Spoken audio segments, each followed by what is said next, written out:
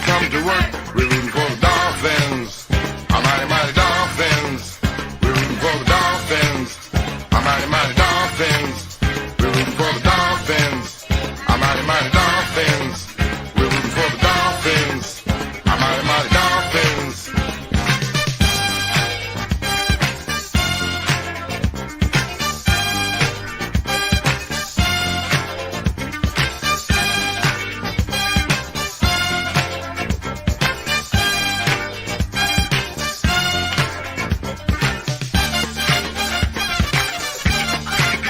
We're rooting for the Dolphins, our mighty, mighty Dolphins.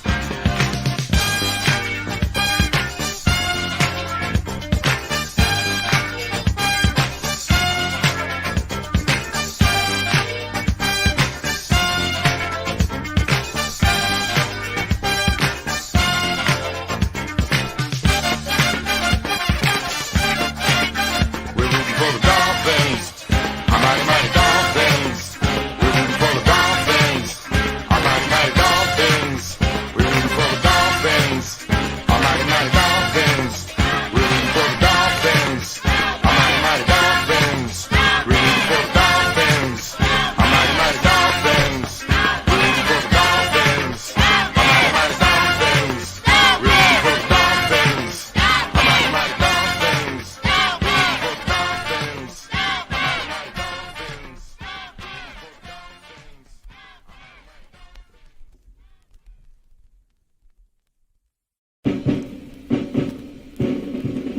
Be a member of the winning crowd from Miami's sunny shore. Take your place among the few and proud. Join the Dan Marino Corps. Hail the greatest arm in history. Praise on high on mighty roar. As he leads his team to victory for the glory of the Corps.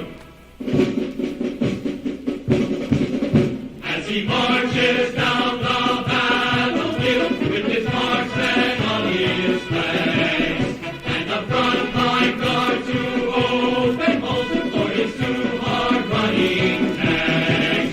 Then he needs an army in reserve, a fanatic backup crew. Won't you join us if you have the nerve? The Marino Corps wants you. If you think that you can take a beat, if you like your action tough, if you hear a different drummer's beat, if you have the righteous stuff, if you charge into an lion's den, 'cause the things you fear are few. If 13's your lucky number, then the Marino Corps wants you.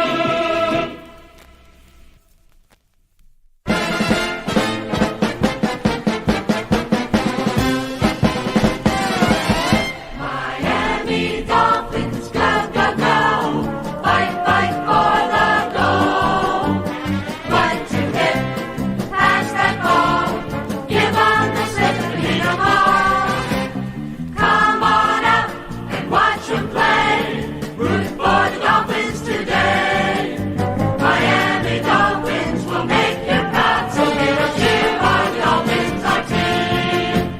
1, 2, 3, 4, 3, 2, 1. They're off again. First down to 10. Just watch them go.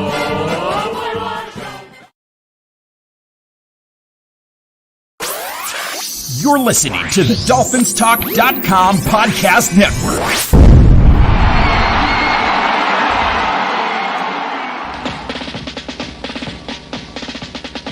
Miami's got the Dolphins, the greatest football team. We take the ball from goal to goal like no one's ever seen. We're in the air, we're on the ground, we're always in control. And when you say Miami, you're talking Super Bowl. 'Cause we're the Miami Dolphins, Miami Dolphins, Miami Dolphins number one. Miami Dolphins, Miami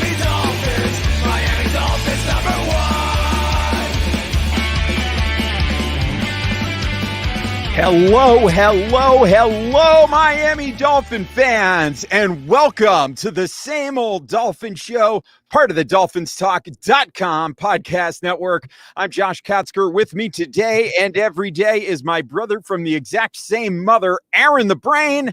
Aaron, say hello to the people. Hello to the people. Hello, everybody. I hope that everybody is doing well and everybody is in a good mood as we have reached the end of the first week of free agency, that free agency period in the NFL. Congratulations, everybody. You made it. Well done, everybody. I'm proud of all of you. There were some dicey moments there for Dolphins fans all over the place. It especially after those first few days, that legal tampering period, things were going a little slow, got off to a slow start. You started to hear hints and whispers that people were getting worried.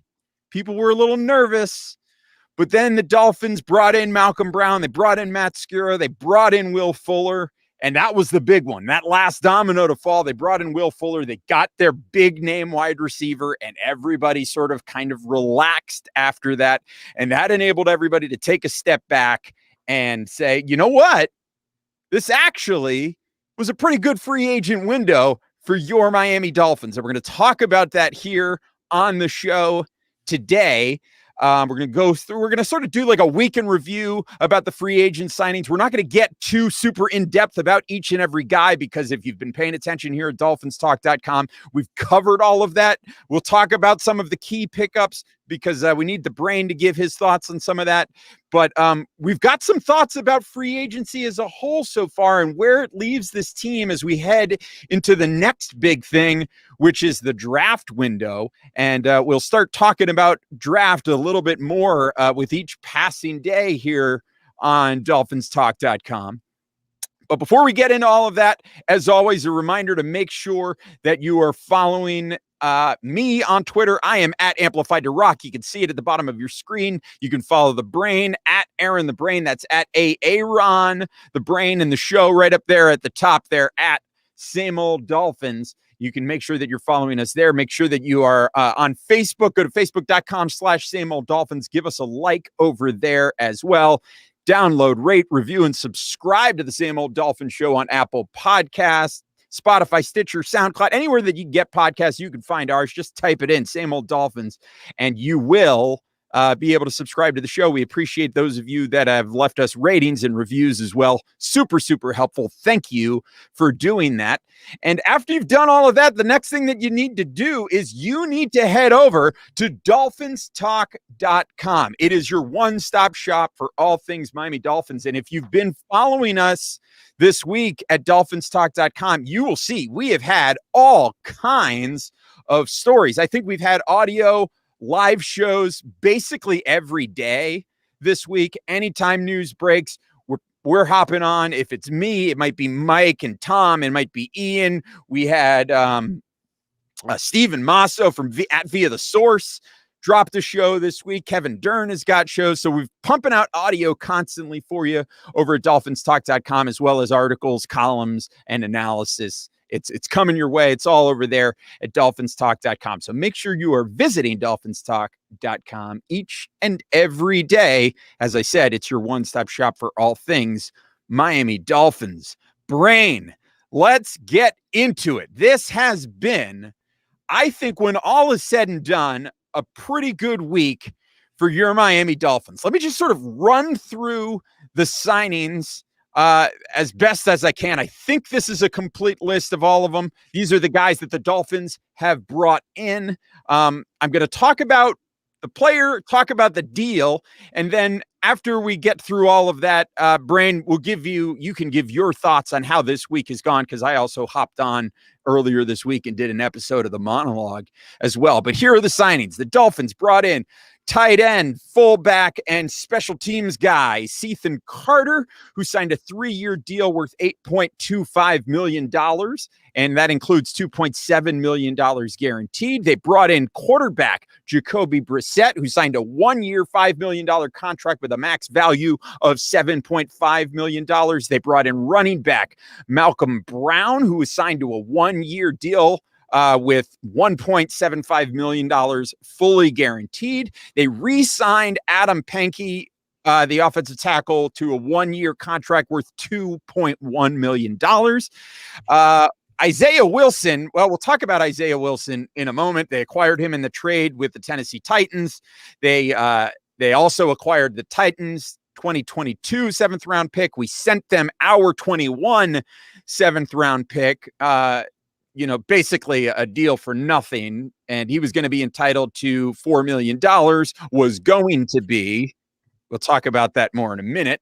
The Dolphins also brought in wide receiver Will Fuller, who signed a 1-year deal worth $10.625 million, fully guaranteed. That includes another $3 million in incentives.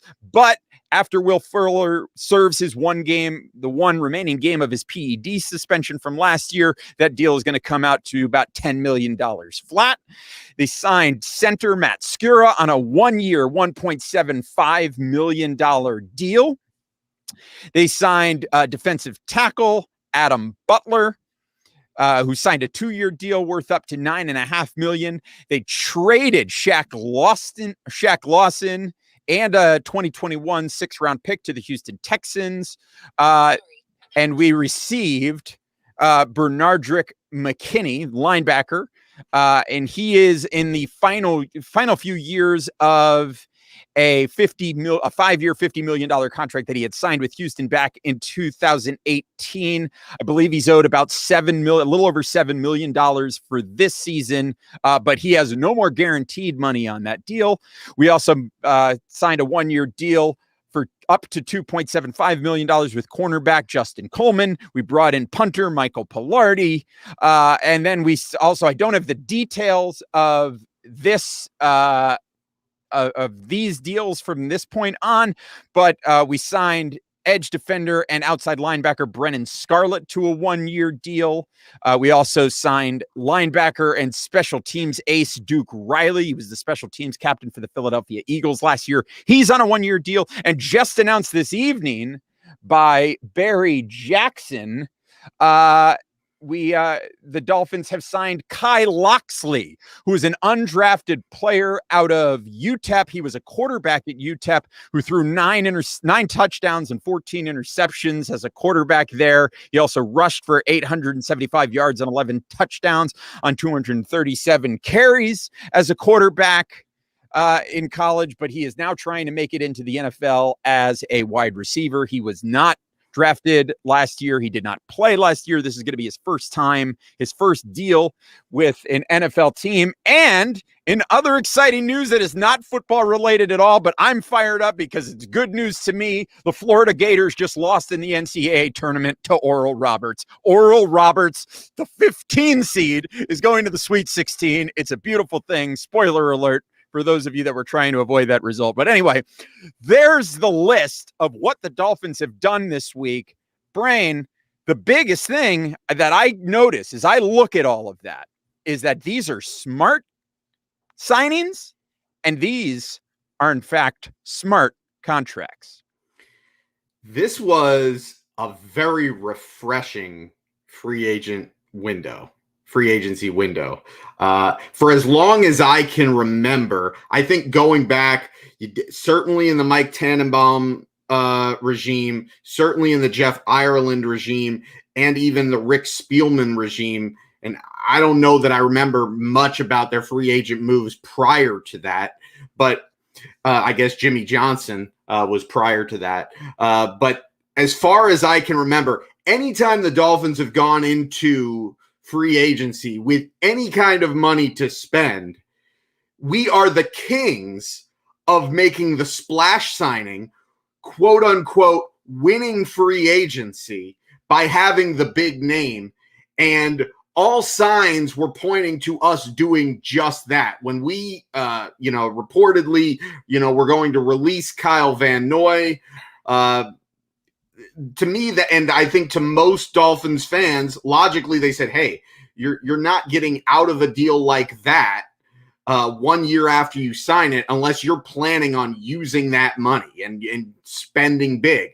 And so, with the big name wide receivers, a big name running back in Green Bay, a couple of offensive linemen out there, a couple of edge rushers out there, everybody was like, all right, we're going to spend it somewhere. It's just a matter of where we're going to spend it.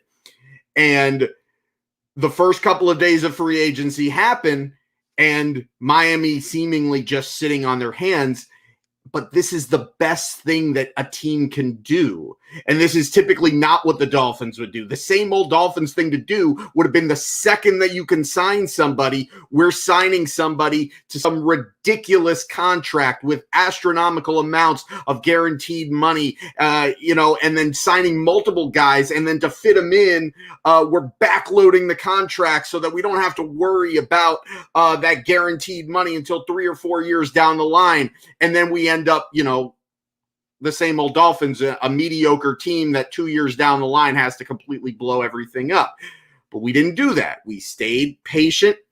We saw some big names come off the board, some receivers getting paid. And I got to say, when I saw Nelson Aguilar get a boatload of money, when I saw Corey Davis get a boatload of money, I said to myself, I don't know that we're going to be able to sign one of these receivers with a smart contract. I just don't see, like, if Nelson Aguilar and Corey Davis are getting $13 million a year, I don't know how it's going to happen. But we haven't seen Juju sign. We haven't seen Galladay sign. We haven't seen Will Fuller sign. So let's see what happens. Maybe we're negotiating a bit, doing, our due diligence. And then sure enough, we get that Will Fuller signing. I mean, we had made a couple of under the radar moves, some moves that people were just like, huh? Who did we sign? Like, what are we doing? When are we going to actually go after some of these big fish? And then we went after a pretty big fish and got him for probably the steal of the entire free agency period so far in Will Fuller. So I thought it was a great contract. It was a very non-same old Dolphins week to kick off the league year. And I'm pretty excited about it. As for the more under the radar moves, they just, they make sense. They're not splashy. They're not necessarily overly exciting, but they make sense. Devon Godchaux got paid. You weren't going to pay Devon Godchaux $8 million a year. So you bring in a guy that you're familiar with to replace him for a little bit cheaper. Makes sense. You needed a nickel corner. You went and you got a guy who a couple of years ago was considered one of the better nickel corners in the league. Didn't necessarily work out that way in his time in Detroit, but you bring him in to compete with Nick Needham. Now you're not necessarily desperate at that position going into the draft. And I think everything that the Dolphins did this week sets them up to have ultimate flexibility come draft day or draft weekend. Because what they've done is, while they haven't shored up everything, they've put pieces in place to where they don't need to be desperate in any one spot. Now, maybe running back. Maybe, they brought in Malcolm Brown. I think it's a good complementary piece. I don't think you necessarily want to go into next year with Myles Gaskin and Malcolm Brown as your only two running backs, and then I guess you got Patrick Laird and whoever else they're gonna have back there. You probably want to have another really good, talented player, somebody that you add in the draft in that backfield, in that position room, but you're going to have multiple picks to do it. And now, because at least you've got somebody in there and you've got two solid, serviceable guys in there, you're not desperate to reach on somebody, as we saw Miami in that position last year when they were desperate for a left tackle, and so they reached on Austin Jackson with pick number 18. And Austin Jackson may turn out to be a good left tackle in the future. He's still young. He's got time to grow. He wasn't horrible. He wasn't good, but the fact is that it was a reach. It was a reach at the time, and so far it's one that hasn't necessarily panned out. And that's typically what happens when you pigeonhole yourself into needing to draft by position. And what the Dolphins have done in this offseason by addressing the center position, the nickel corner position, the wide receiver position, the running back position, the backup quarterback position, even the punter position, and then a few linebackers, is that they've given themselves the flexibility that they don't necessarily have to go after a specific position in the first round, in the second round, with whatever picks they have. Yeah. And I think the other thing is that free agency isn't over. Now, the Dolphins have something in the ballpark as of right now of around about $12 million left to spend. So I would imagine that we're looking at some restructures of some deals coming up, and we're probably going to see some of these. We're probably going to see one or two players that the Dolphins might decide to part ways with at some point to try to free up some space, because I don't think they're done. I think they still probably want to find another edge guy that can be helpful. I also think they would probably like to find a little bit more depth at running back. So if they can find somebody else that they could sign on another 1-year deal for pretty low money, I think they're probably going to make that move. But yeah, the overall point that you are making is that the Dolphins are setting themselves up to be flexible. And that is the theme that when you look at everything that Chris Grier has done since he sort of took full control of the football operations and that GM role, he has been constantly setting the Dolphins up to be flexible and not to have to lock themselves in to long-term deals and bloated contracts. He's put them in a position where they can make a lot of moves. And we want to talk about flexibility. The Dolphins currently hold the number 3 pick in the draft. They are the only team in the top 3 that is not looking to draft a quarterback. It is almost a certainty that they are going to be having conversations about trading down out of the 3rd pick.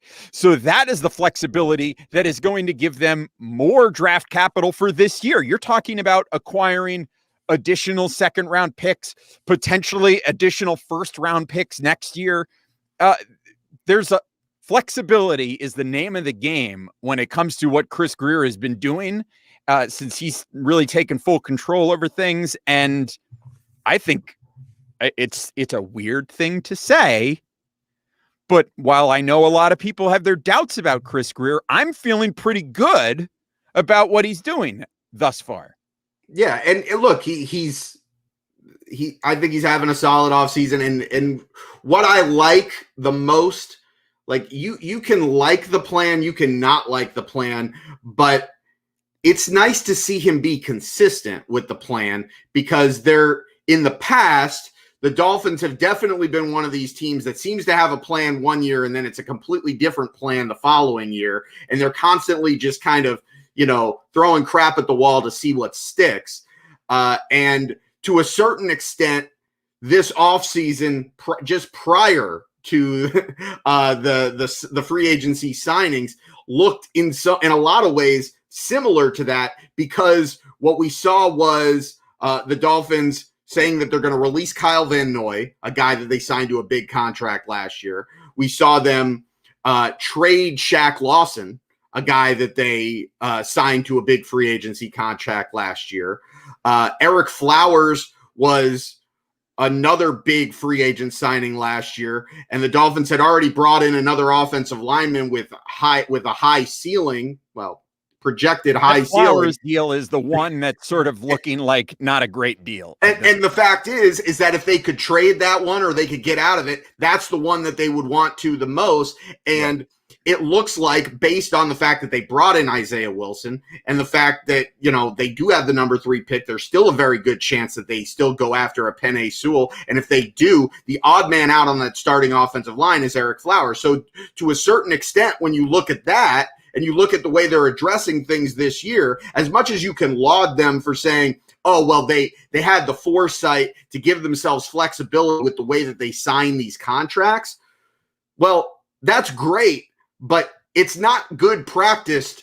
It's not good practice if you're going to consistently a year after signing a bunch of guys in free agency, go back and have to either trade them away or release them. That's not a way that's going to win. It's not going to be a sustainable practice. So there was a lot of concern on my end about that. But the fact that they're taking the patient approach here, the fact that they didn't throw a bunch of money and make some big splash signings, to me, that speaks to the plan that they have already put in place the last 2 years, and it shows consistency. And I was really happy to see that. Now, I do think that we should talk, though, about, a couple of things that you just said. Number one, yeah, I don't think that they're necessarily done, but when you talk about having $12 million to spend and you talk about, they're probably going to jettison a couple of guys as cap casualties, probably Jakeem Grant, and maybe one or two other guys, that's probably the case, but I don't look for them to make a big splashy signing, because the other thing that you mentioned, they've got the number 3 pick. They potentially have, depending on if they trade back, you could be looking at like 5 picks in the top 50. They got to pay those guys.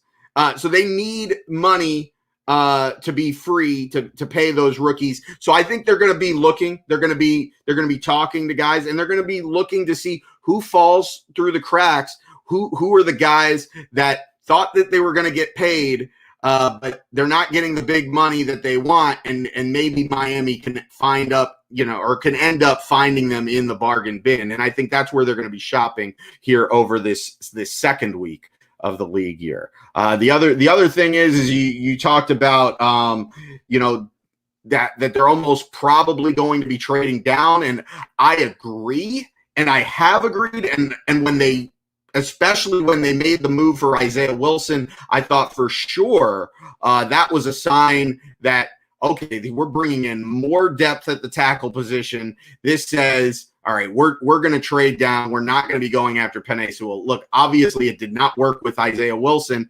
So now, how comfortable are you going into next year with your starting tackles being Austin Jackson and Robert Hunt? Obviously, you used draft capital on them last year. They were rookies. They, had ups and downs. But is that the tandem that you want to go with next season when you're bringing in weapons for Tua and you're supposed to be taking this big jump on the offensive side? To me, it wouldn't be the worst thing in the world if you had that number 3 pick, if you didn't get blown away with an offer. I still prefer to trade down, but the fact that the Isaiah Wilson gamble didn't really pay off, I think it leaves us back to square one, where we don't really have a lot of leeway if Austin Jackson or Robert Hunt don't end up having a super sophomore year. It could leave us in a bad spot at the tackle position. So Penei Sewell at number 3, I think if you're keeping number 3, that's the pick. It's a no-brainer. Oh, absolutely. And I see, I'm not one of those people who thought when the Dolphins traded for Isaiah Wilson that this was a move that meant the Dolphins were unlikely to draft Penei Sewell, because I always thought that the Wilson thing was always, we're taking a flyer on this guy and there's an outside shot, we might be able to turn it into something. Right. It was always a gamble, but it was a low risk kind of gamble. And it's the kind of move that I like to see a team make, because if it pays off really well, but there's not a huge risk to it. But I don't know that the Dolphins ever brought in Isaiah Wilson with the thought that they were expecting him to be a big time contributor for this team. Were they hoping that he could be a contributor? Sure. But they certainly weren't expecting it. So I don't know that was ever that ever took Penei Sewell off the table in and of itself.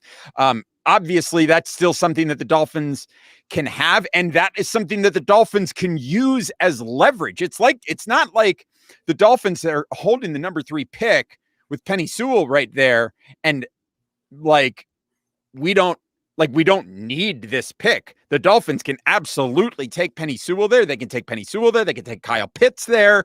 They could take Jalen Waddle there. They can take any of these guys there.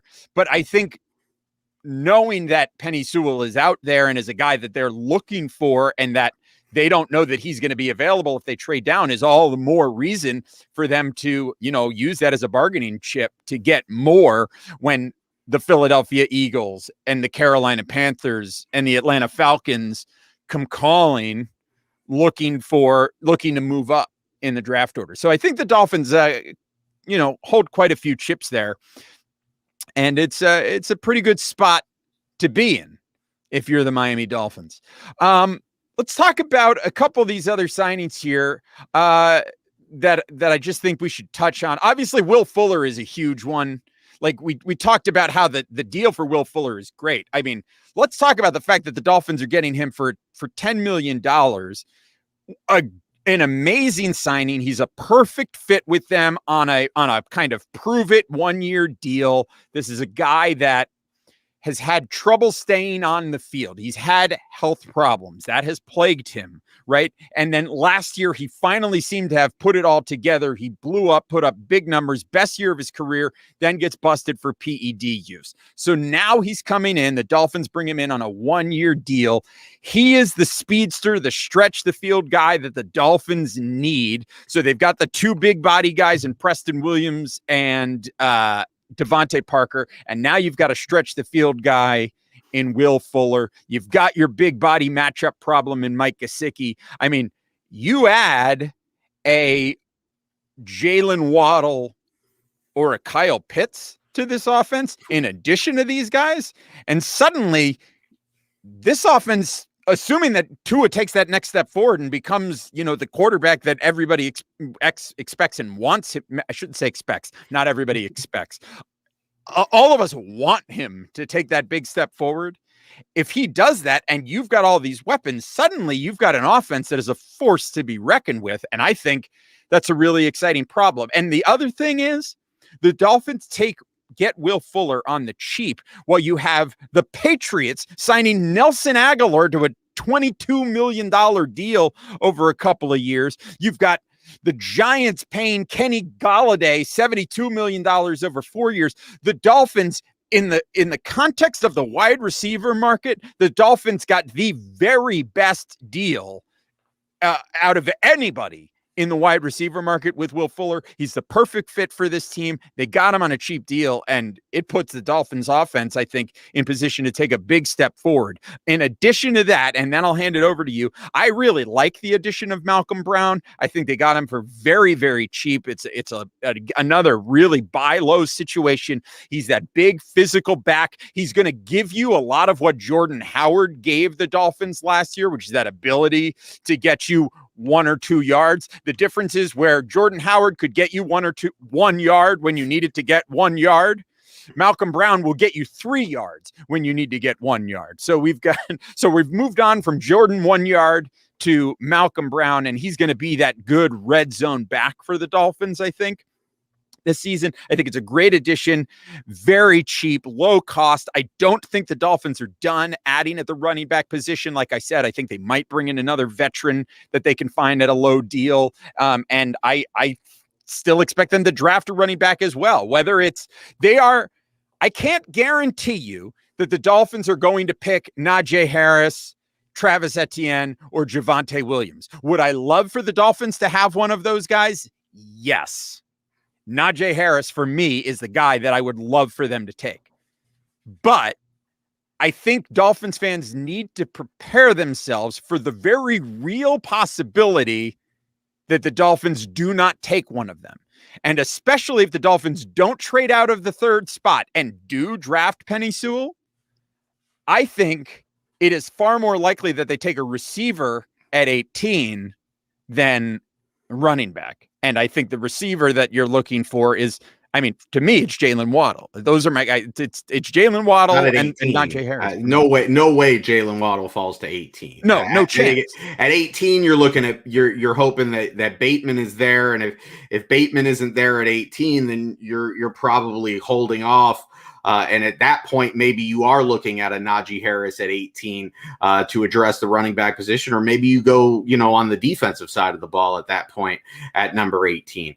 But if you're taking Penei Sewell at 3 and meaning you haven't traded down and you're at 18, unless you're going to trade up, back, into the top 10, I don't think you're getting Jalen Waddle. You're not getting Kyle Pitts, and you're kind of biting your nails waiting to see if Bateman falls to you at 18. So you kind of put yourself in a precarious position, but by doing that. But again, this is why it's big that they added a receiver. I think they could still add a second receiver. Well, they already added a second receiver because they brought in Reuben Foster, who is going, and this should tell you, that move should tell you, between that move and Will Fuller and the fact that they're talking about Albert Wilson and Allen Hurns being guys that they're going to be relying on going into camp, that should tell you the writing's on the wall for Jakeem Grant.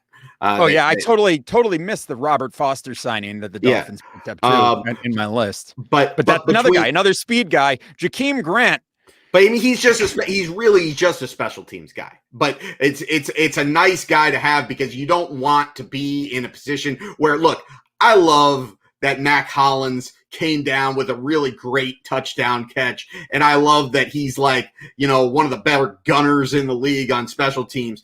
But you don't want to be put in a position where you're relying on Mac Hollins to be essentially a starting receiver for your team, which this team was relying on down the stretch last year. When that's a big part of the problem. That's why we need to remake this entire wide receiver room. But again, back to the point, the big thing about those two wide receiver signings, the Malcolm Brown signing, is that you're not pigeonholed into, we need to get Najee Harris, we need to get Travis Etienne, we need to get Javonte Williams. Yes, it would be nice, but I think if the Dolphins had it their way, they'd like to wait until number 36 to address the running back position. And if one of those guys is there, then it's a home run. And if they're not, then I think they're happy with Myles Gaskin and Malcolm Brown, and maybe they find a little, a low value or a good value, 1 year, $3-4 million signing, and they can kind of piece it together by committee. I mean, after all, Myles Gaskin, while he had trouble staying on the field last year, in 10 games, the guy was averaging 18 touches a game and just under 100 yards from scrimmage. So it's not like he was not productive. You pair him with a Malcolm Brown, who should be an upgrade over your Jordan Howard and your Matt Breida and your Patrick Lairds of the world.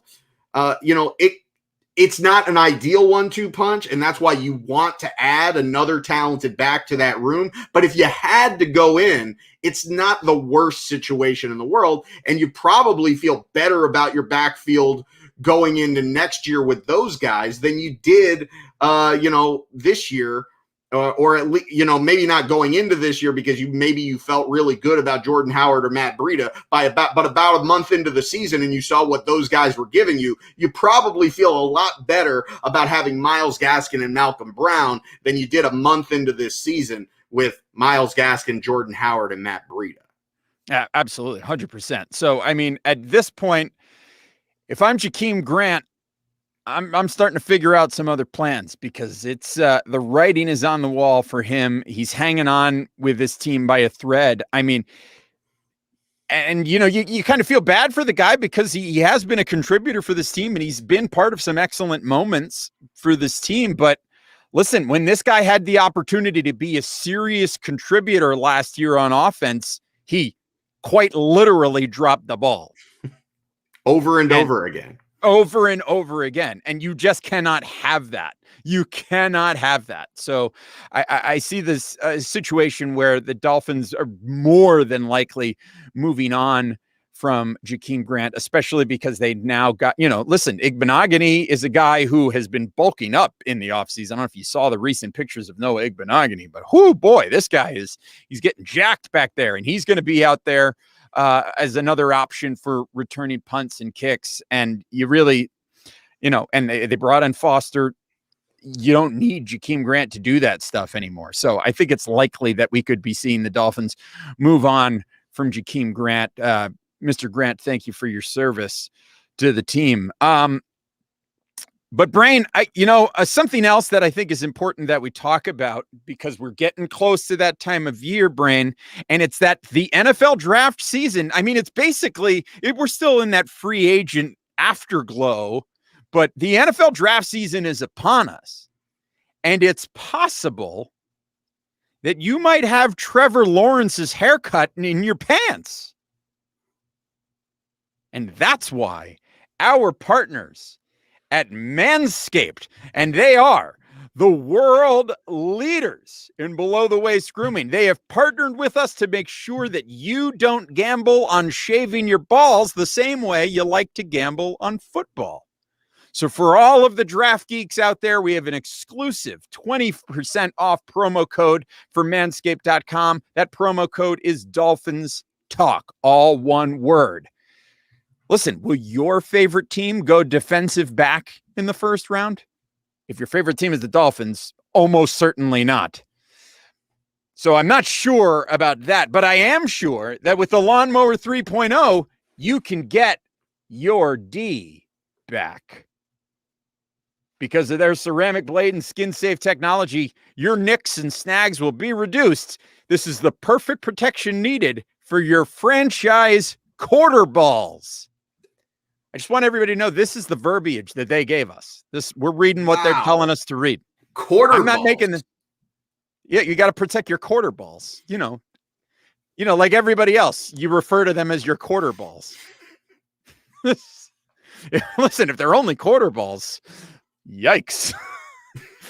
Listen, you got to go all out. That gives you half a ball. Yeah, I know, right? You're not even John Kruk. Listen, You're folks, half a crook. you're a half a crook. Listen, it's like they said, don't go off half crucked. Folks, you got to go all out with Manscaped's Performance Package, which comes with the new and improved Lawnmower 3.0, Weed Whacker nose and ear hair trimmer, performance boxer briefs, and a travel bag for you to use when we're all done quarantining, and some other liquid formulations like the Crop Preserver, anti-chafing ball deodorant, and the Crop Reviver, a spray-on toner for your balls. It's made with soothing aloe and witch hazel extracts. Ooh. Witch hazel extracts. Never heard of witch hazel. Oh, witch But, hazel. Nice. But all they say is that it's going to give your testes a boost. So you can get 20% off and free shipping with the code Dolphins Talk at manscaped.com. The code is Dolphins Talk, all one word, at manscaped.com. So again, get 20% off and free shipping with the code Dolphins Talk at manscaped.com. It's time you turn that team in your pants around with Manscaped. Thanks, Manscaped. And listen, guys out there, if you're listening, trust me on the Manscaped stuff. They're really excellent products. They really do a great job. And the liquid formulations actually have a really good scent to them. They've got a cologne as well. My wife thinks it's a little bit too potent. She's like, how much of that did you put on? That's not how she talks. Don't tell her I said that. But she does say that you're wearing too much of this stuff. And it's like, I put on one little squirt. It smells good. It's potent stuff. Anyway, that's Manscaped. All right. So draft is around the corner. It's coming up pretty soon, Brain, and we're going to be putting some draft thoughts together. We're going to be having that conversation here. And, you know, as these weeks go by, more things are going to be falling into place as far as how the Dolphins are shaping up as we go into the draft. And I think one big thing that is becoming more and more clear over the last couple of days is that it really seems like, folks, if you were not fully on board with Tua Tagovailoa as the franchise quarterback for your Miami Dolphins headed into the 2021 football season, you better get used to the idea, because I think if you were out there hoping that the Dolphins were going to make a move for Deshaun Watson, I think you can put that on the shelf, put it away, because I just don't see a world where that is going to happen at this point in time. Deshaun Watson is facing 12 different lawsuits alleging sexual assault from various masseuses. Is that the plural of masseuse? I believe is so. It masseuses? Masseusai?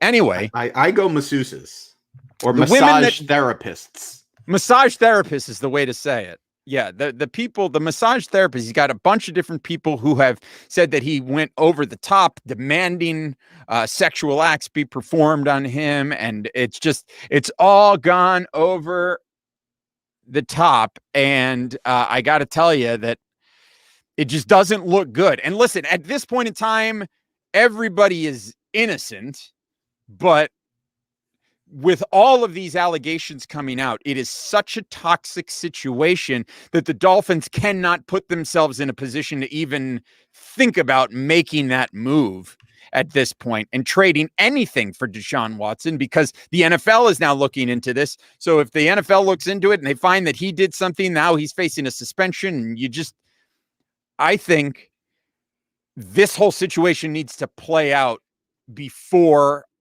anything gets resolved as far as him finding a new team to play for. And so at this point, I think everybody all of the NFL teams that might have had interest have to kind of take a step back and go, we're going to wait on this right now. And his value is going to drop all the way down. And that is, I think, all that can be said about that. I don't see a world where the Dolphins or anybody really is moving forward with a big trade for Deshaun Watson until this whole thing gets sorted out. I completely agree. I think first and foremost, with these kind of first and foremost, it's disgusting. I mean, it's horrible. It's reprehensible behavior. And look, you're innocent until proven guilty. So you got to wait and see what happens. But with this many allegations, with the text message, apologizing, it certainly looks like he's guilty.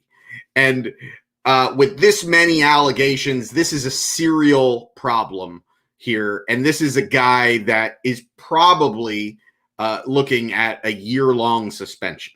So, I mean, nobody's trading for him with a year-long suspension, and nobody's trading for a guy like that to be the leader of their locker room, especially with the contract that they're going to be taking on. And furthermore, if they are interested in trading him, the price is going to be so low that if you're Houston, I mean, you're simply not going to deal him. Like you're going to wait, and he has no leverage anymore to take the franchise hostage and say, I demand a trade. No, buddy, you're going to sit there. We're going to let this whole thing play out. And then if you want to repair your image, you're going to have to do it as a Houston Texan. And then by doing so, then maybe we're able to get something for you. So he's not getting traded. I just don't think it's going to happen. And this is, honestly, if you're a fan of the Dolphins getting Deshaun Watson, this is the best thing that could have possibly happened. If you're a fan of the Dolphins not getting Deshaun Watson and building around Tua with as many picks as possible, this is the best thing to happen. Because first off, the best way to get Deshaun Watson is to get him next year after you've already used all of your draft assets and built a Super Bowl ready team, a team that the foundation is already there. And if Tua doesn't end up making the huge jump, you know it because you're 2 years in. And now you've got all those weapons. You've used all that draft capital. You've got this team built. And then you drop Deshaun Watson in as your quarterback next year when you still have the draft capital to give up. But now you're really in a better position to try to win now. If you don't want Deshaun Watson and you want more weapons around Tua and you want the Dolphins to maximize their draft capital by trading down, getting multiple picks inside multiple more picks inside this year's top 50, possibly an extra number one next year, this is the best possible thing to happen because the Dolphins aren't the only team that was in the Deshaun Watson sweepstakes. One of those teams were the Carolina Panthers, who are notably desperate to find their quarterback and were one of the teams that I think were most linked to being interested in trading for Deshaun Watson because they were just going to they threw a bunch of money or they threw a bunch of picks at trying to get Matt Stafford. You think they're not going to go crazy trying to get Deshaun Watson? Of course they were. And now if they're out of the Deshaun Watson sweepstakes, then this is just another team that needs to draft their quarterback, which means the Dolphins at number 3, if those first 2 picks go Trevor Lawrence and Justin Fields, Atlanta needs a quarterback. Philly needs a quarterback. Carolina needs a quarterback. San Francisco might need a quarterback. Denver.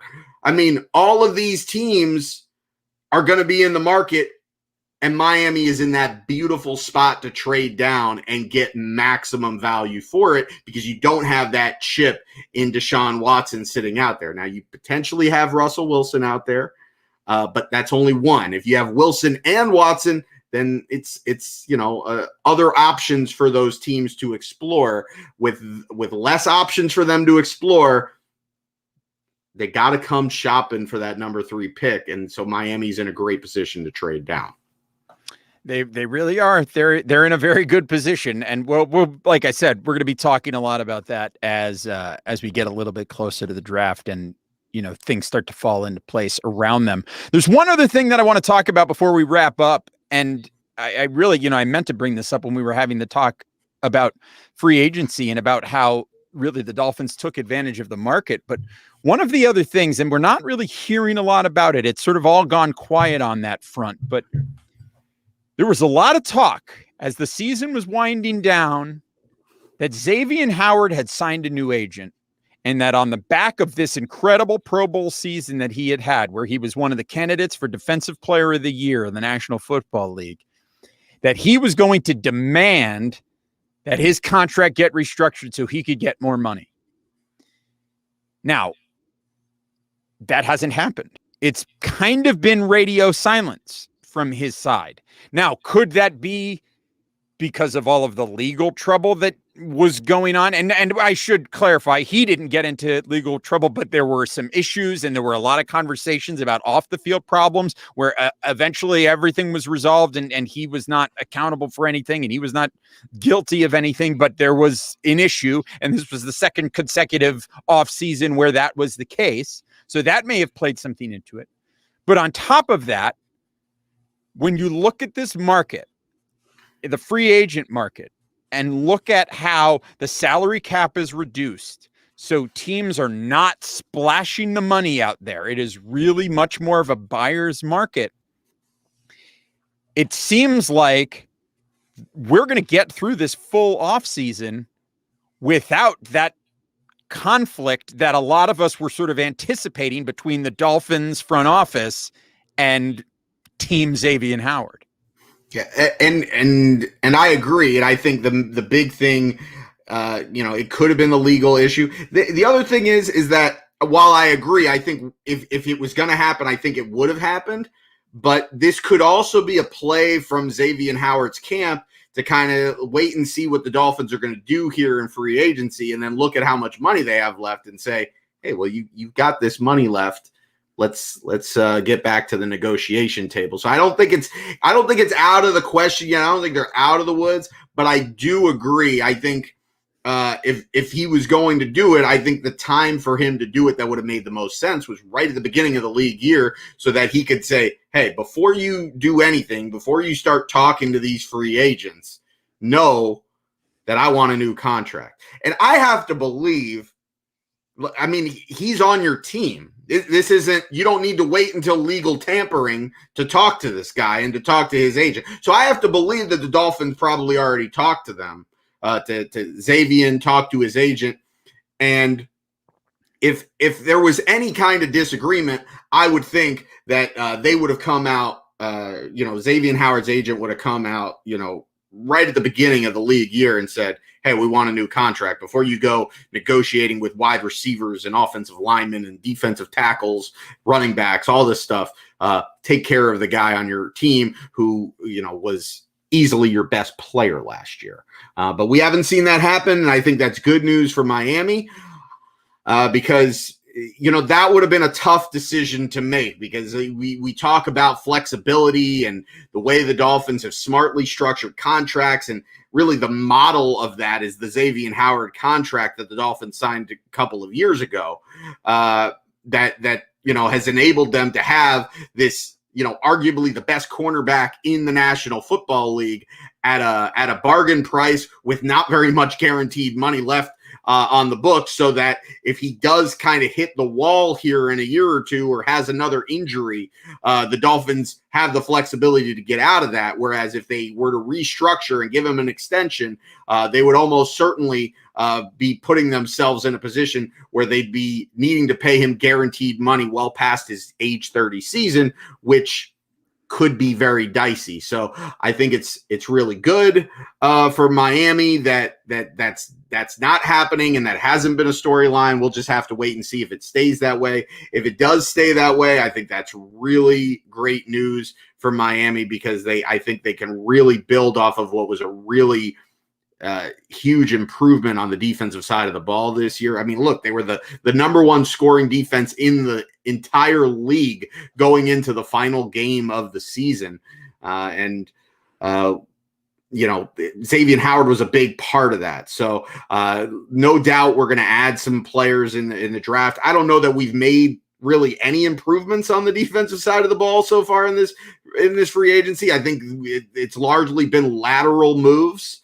But maybe by bringing in a nickel corner that can compete with Nick Needham, you hope that Noah Igbenogany takes the next step at corner, and you're going to use some draft picks there. You hope that this defense can take the extra one or two step, because, I mean, let's face it, you were the number one scoring defense in the league going into the last week of the season. How far are you away? You're really just a couple of pieces away on that side of the ball. Having to figure out what you're going to do with Xavier Howard could really throw a wrench in that whole plan and make you have to rebuild the entire defense because of everything that Xavier Howard does so well. So not having to do that, I think, is a huge piece of the Dolphins continuing to build on that side of the football. 100%. And I think, listen, they're reading the room, and they're realizing there's going to be a lot more money to be had next spring than there is right now, because with the NFL signing that new $100 billion TV deal that they just signed, all of these the salary cap numbers are going to be going up and up and up, and teams are going to be spending and spending. So it's the smart players are the guys like Will Fuller, who went out there and took a 1-year deal, because if he goes out and puts it together, now we should be clear, if Will Fuller puts it together, has a great year, and the Dolphins don't want to lose him in free agency, they can put a franchise tag on him, which makes his deal more like a 2-year, $27 million deal. But that keeps Will Fuller around. But these guys that are taking the short-term deals, and these guys that are going to be free agents next year when teams have a lot more money to pay, you're seeing teams be cautious this year. This is a weird pandemic offseason, right? But next spring, a year from now, teams are going to be splashing around the cash a lot more than they are this year. So I think it's going to be a very different free agency period next year. I mean, and this year, still a lot of guys out there, still a lot of names. Richard Sherman's still out there. Jadeveon Clowney's still out there. I believe Okung is still out there. There's a bunch of guys still out there, and there's bargains to be had at basically any position. So it wouldn't surprise me at all if the Dolphins didn't make a few maneuvers to restructure some contracts, maybe release a couple of guys, only to bring in a couple of other free agents that are going to help out in a big way heading into the 2021 season. All I can tell you is that whatever those moves are that the Dolphins make, we're going to have you covered here at DolphinsTalk.com. So make sure you're following DolphinsTalk.com. You're visiting DolphinsTalk.com every single day. It's your one-stop shop for all things Miami Dolphins. Make sure you're following me on Twitter at Amplified to Rock. Make sure you're following The Brain at Aaron the Brain. That's at Aaron the Brain. And the show is at Same Old Dolphins. Of course, if you haven't already, we would appreciate if you take a few moments to give us a 5-star rating, leave us a review on Apple Podcasts and anywhere else that you get your podcast. We appreciate it. Thanks to everybody who's joining us in the chat tonight. Some fun comments. We see a lot of draft analysis. Everybody's making their thoughts known. We appreciate that. So thanks to those of you that are watching live and listening live. Thank you to all of you. Hopefully, leave us a thought, leave us a comment. Let us know if we're doing a good job. We appreciate it. If you're listening on demand on the podcast form or watching later on YouTube, hi YouTube. It's the Dolphins Talk YouTube channel. Make sure that you're subscribed over there as well, because we're going to keep pumping out these videos now. I think we're almost exclusively doing live shows now. They're not all going to be live, but a lot of them are going to be. So make sure that you're up over there. We got new episodes of the Dolphins Talk fan series coming your way soon. If you want to be on that show, if you're a fan that you'd like to be featured on a quick podcast, drop us a line, let us know, and we'll add you to the list, because we got a bunch of people that want to be on that show. Brain, any parting words from you that you'd like to say to everybody? No, again, I'm just really excited at how different this offseason has been so far, this start to free agency, with how sensible they seem to be and how much they seem to be sticking to the plan. I did see a lot of draft analysis or draft projections or things that our fans want to see the Dolphins do in the draft, and we're going to get there. We got some questions about, who do the Dolphins want at this position, or who would be good to fill that position. We're going to get there. We're going to have shows for you in the lead up to the draft. But right now it's free agency time. There's only so much that we can get into in one show. So all I could say is stick with us when we're back, whether it's the next show or the show after that. We're going to get into the draft. We're going to talk about guys that we think the Dolphins should be targeting early, some guys that the Dolphins maybe should be targeting late, and the positions in general that the Dolphins really need to target. And we'll know all of that even more over the next week or two once the Dolphins really put the finishing touches on this free agency signing period. Yeah, so stick with us here at the Same Old Dolphin Show. Stick with us at dolphinstalk.com. Make sure you're following us at Amplified to Rock, at Aaron the Brain, at Same Old Dolphins, Facebook.com/Same Old Dolphins. Make sure that you're following us there, and we will be back with another show for you soon. In the meantime, as always, take care of yourselves and each other, and we will talk to you again next time. Bye-bye, everybody. Go Dolphins!